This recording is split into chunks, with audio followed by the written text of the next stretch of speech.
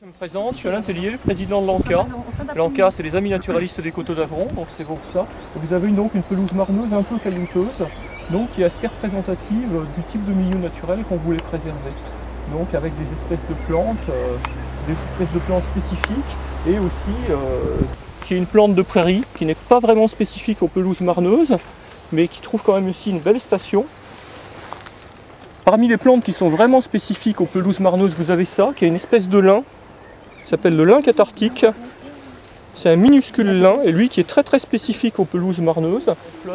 Et enfin, une des dernières plantes aussi qui est vraiment exclusive aux pelouses marneuses, vous avez peut-être déjà vu sur notre site internet, c'est le tétragonolobe, qui est une espèce de pois, de gros pois, et qui lui ne pousse que dans les pelouses marneuses.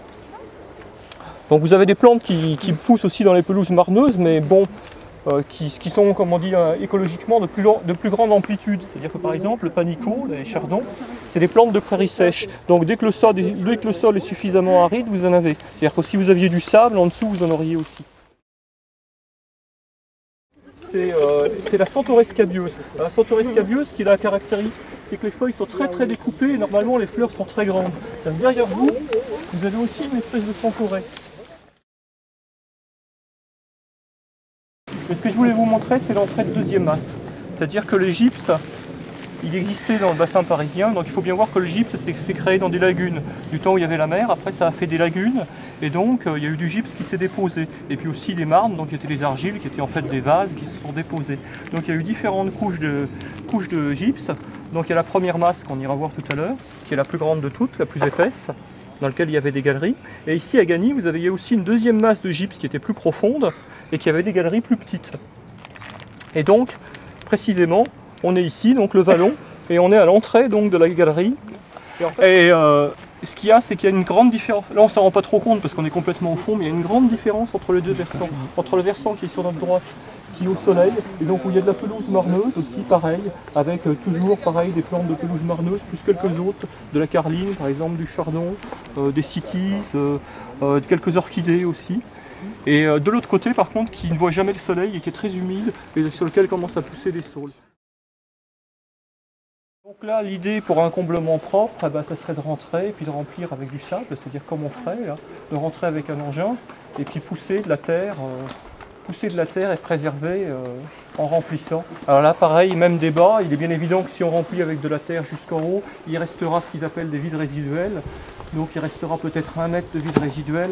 Mais est-ce que c'est vraiment grave si on part du principe que c'est un milieu naturel et que si la pelouse qui est au-dessus se fissure et a une fissure de, disons, 20 cm, est-ce que c'est vraiment grave? Donc voilà, c'est le débat. Si on ne veut pas construire, il n'y a pas réellement de souci. Allez, il faut vachement souple, hein.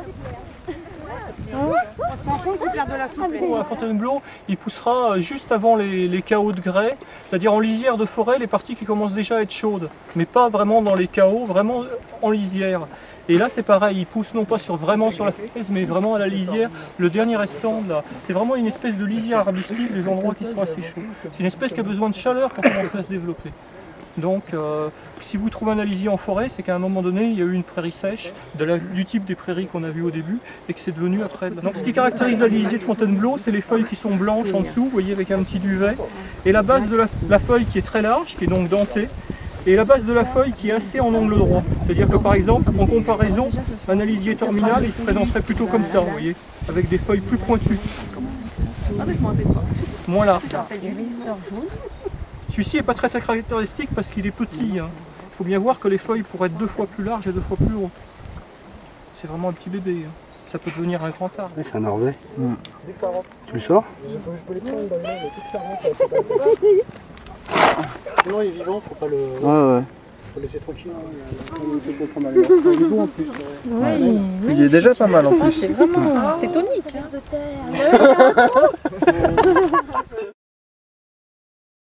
Le différent ici, c'est qu'on arrive sur le remblai. Moi, ce que j'appelle la mer de remblai, j'ai connu ça quand j'étais petit. On amenait du remblai avec des camions. Et ça arrivait juste devant les falaises et l'entrée de la première masse, et la petite colline que vous avez derrière vous. Et tout d'un coup, donc, la végétation change. Vous avez donc vraiment de la végétation typiquement des remblais. Vous avez les acacias, donc les arbustes. Vous avez des genêts d'Espagne qui se sont acclimatés, qui n'est pas une espèce naturelle en Île-de-France. Vous avez de la luzerne énormément, bon ça peut aller. Et puis surtout ce que vous avez toujours sur les remblais, les gros cailloutis souvent, la renouée du Japon, c'est extraordinairement envahissant. Vous avez aussi la roquette bâtarde là, qui est une plante qui vient de Méditerranée et qui s'est acclimatée en région parisienne. Là vous avez 3 pieds d'orchidées. Donc c'est des orchidées sauvages, c'est des ophrys. Donc les ophrys, ce qu'ils ont de particulier, c'est que la fleur ressemble à un insecte. Vous voyez la partie du bas, donc le pétale du bas, ressemble à une abeille et l'abeille mâle se pose dessus croyant que c'est une abeille femelle. Et c'est comme ça que la fécondation a lieu. C'est-à-dire que en se posant dessus, les étamines se posent sur la tête et elles sont emportées après sur une autre fleur. Néanmoins, comme ça arrive très rarement, l'ophrys abeille est une espèce qui est capable de s'auto-polliniser, ce qui explique qu'on arrive à la trouver même dans des endroits qui ne sont pas hyper naturels. Là on a de la renouée du Japon, on a de la ronce, un peu plus loin on a toujours de l'acacia, donc on peut être sûr qu'on est sur du remblai, il n'y a pas de mystère, c'est vraiment la végétation qui a poussé sur les sols riches. Vous allez franchir, c'est la limite du remblai, ils ont remblayé jusqu'ici. Et là on arrive dans la partie de bois naturel qui est aussi dans la Snief, donc la Snief qui continue sur chaque. Un peu plus bas vous avez une prêle. Au-dessus vous voyez il y a des espèces de petites lianes avec des feuilles en forme de cœur et des petites baies, c'est l'herbe aux femmes battues. Et au-dessus de vous globalement c'est des frênes, des érables, des ormes. Faut qu'il nous la montre celle-là. Pour toutes nos pauvres femmes. Et voilà, ça a des feuilles un peu en forme de cœur et ça fait des baies rouges à l'automne. C'est une espèce de liane. Sinon au niveau des arbres que vous avez ici, c'est surtout du frêne, du chêne, de l'érable, de l'orme, avec quelques pieds d'orme de montagne. L'herbe dégueu en fait, parce qu'elle était soi-disant utilisée par les mendiants pour se provoquer des ecchymoses. Donc en fait, au même endroit, vous avez à la fois un poison, on va dire, qui va altérer la peau, et puis son remède qui est l'herbe aux femmes battues en fait. C'est deux lianes en fait qu'on trouve sur dans le même milieu. Sinon vous avez de l'érable champêtre, vous voyez avec les feuilles très découpées. Vous avez des noisetiers, vous voyez la différence entre le noisetier et l'orme, c'est carrément plus large. Vous avez de l'érable découpé, lobé. Les bourgeons noirs. Des bourgeons noirs. Donc voilà, une végétation complètement différente de celle de la carrière. Et ça aussi c'est dans la Snief.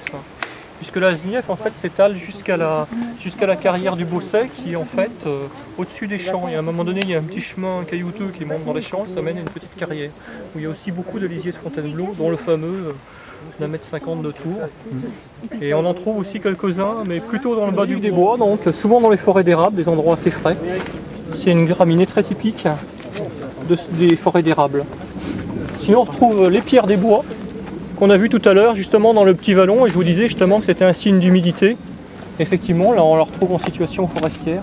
Là on est vraiment dans un type de forêt type frênée, acérée, c'est-à-dire forêt de frêne et d'érable. C'est bon. Tu peux le remettre dans le tronc. Ça c'est un dorcus, donc c'est une espèce de capricorne. Donc il a des tout petits mandibules par rapport au capricorne classique, le lucane, qui a vraiment des très grandes mandibules. Là c'est une petite espèce. Il a une odeur absolument fétide, une odeur de bouc. Ah, c'est ça. C'est une espèce qui peut devenir très grande, qui peut faire 1 mètre de haut, et même jusqu'à 1,10 m dans l'écosse. Donc par rapport au label de l'orchidée de tout à l'heure qui ressemblait à un insecte, là c'est un label qui est complètement tortillonné. Et là, leur reproduction se fera par fécondation par des insectes plus classiques, par exemple des petits capricornes, des petites choses comme ça, des coléoptères, et non pas par des abeilles comme tout à l'heure. Donc c'est un système qui est bien plus rustique et finalement qui marche très bien. L'odeur plus un petit peu de nectar, et finalement la plante fait des graines. Et c'est une espèce qui est en expansion en Seine-Saint-Denis, certainement à cause du réchauffement. Ah bon ?